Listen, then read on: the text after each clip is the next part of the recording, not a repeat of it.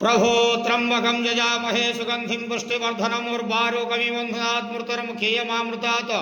भवाधवळेश्वर महाप्रभो दीपं यदि परं ब्रह्म दीपं यदि जनार्दनः दीपाहरति मे पापो पूजा दीप नमस्तुते भवाधवळेश्वर महाप्रभो संसार सुखिरगंधो आज शुभ शुक्रवार एकादशी तिथि